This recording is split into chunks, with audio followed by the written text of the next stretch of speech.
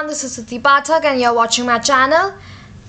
So I'm back again with another video, and as you can see in the slide, I will now talk about chapter number 3, Management of Medications, which is the third chapter of NABH Standards 5th edition.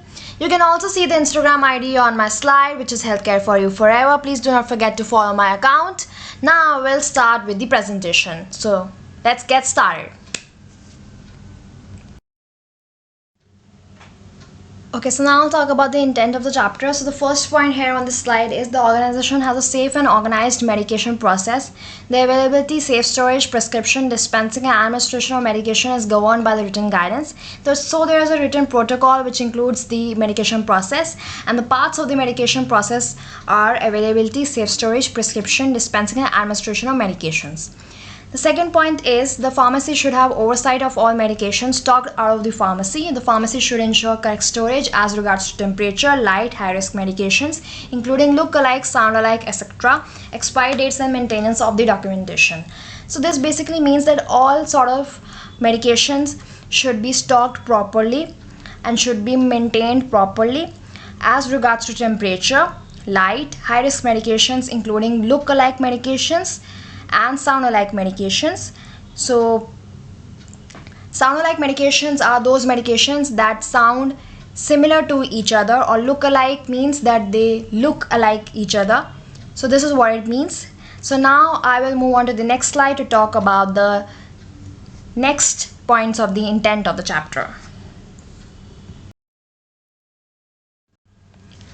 So now I'll talk about the next 2 points of the intent of the chapter. So the first point here on this slide is the availability of emergency medication is stressed upon.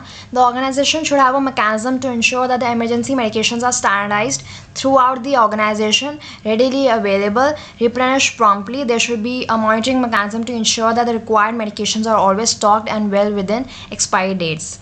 So the emergency medication is really very important. Okay, so it should be readily available, it should be replenished promptly, and there should be monitoring a mechanism so as to check its expiry dates. So these things are really very important. Second point here is every high risk should be verified by an appropriate person to ensure accuracy of the dose, frequency and route of administration. Safety is paramount when using narcotics, chemotherapeutic agents and radioactive agents, because these agents are really very harmful if they are not used properly. So now we will move on to the next slide to talk about the rest of the points of the intent of the chapter.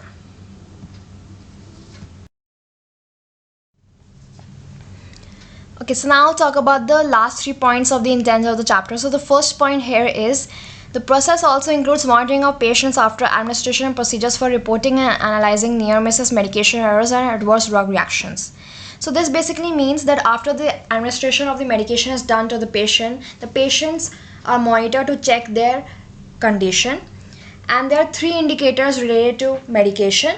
First is near miss, which basically means that it is an unplanned event that has potential to cause a harm to the patient, but it does not cause any sort of harm to the patient. Second one is medication errors. It could happen due to the wrong dispensing of the medication, or the medication administration is not done properly. Then third indicator is adverse drug reactions. So this reaction basically occurs to the patient after the administration of the medication. Okay, so there are some ill effects of the medication to the patient, or there are some harmful consequences of the medication to the patient. So this is known as adverse drug reactions. Second point is medications also include blood, implants and devices. Third point is medical supplies and consumables are available for use. Now let's move on to the next slide, which will talk about the standards of this particular chapter.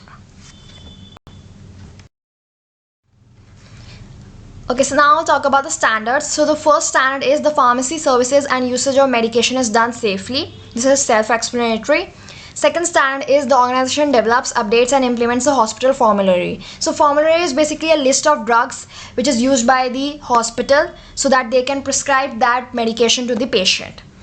Third standard is the medications are stored appropriately and are available wherever required. Then fourth standard is that medications are prescribed safely and rationally. So prescription is basically given by the doctor to the patient. Then fifth standard is the medication orders are written in uniform manner. Then sixth standard is the medications are dispensed in a safe manner. So once the prescription is, confirmed, then the dispensing of the medications is done. Okay, so this is what this sixth standard means. Now let's move on to the next slide for the rest of the standards. Okay, the seventh standard is that the medications are administered safely. Eighth standard is patients are monitored after medication administration. So after the medication is administered to the patients are monitored so as to check their condition. Ninth standard is that narcotic drugs and psychotropic drugs, chemotherapeutic agents and radioactive agents are used in safe manner. So these substances, drugs and the agents are really very harmful if they are not used in proper manner. 10th standard is that implantable prostheses and medical devices are used in accordance with the laid down criteria. 11th standard is that medical supplies or consumables are stored appropriately and are available where required. So this was all about the 11 standards of the third chapter, which is management of medications. I hope you really like this presentation. I will meet you in the next video, which will talk about the fourth chapter of the NABH standards 5th edition, which is patient rights and education. Okay, so bye bye.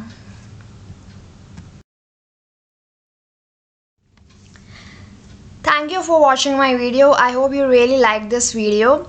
I will meet you in the next video where I will talk about the fourth chapter of the NABH Standards 5th edition, which is patient rights and education. I hope you will like, share, subscribe and comment on my channel. Have a good day. Bye bye.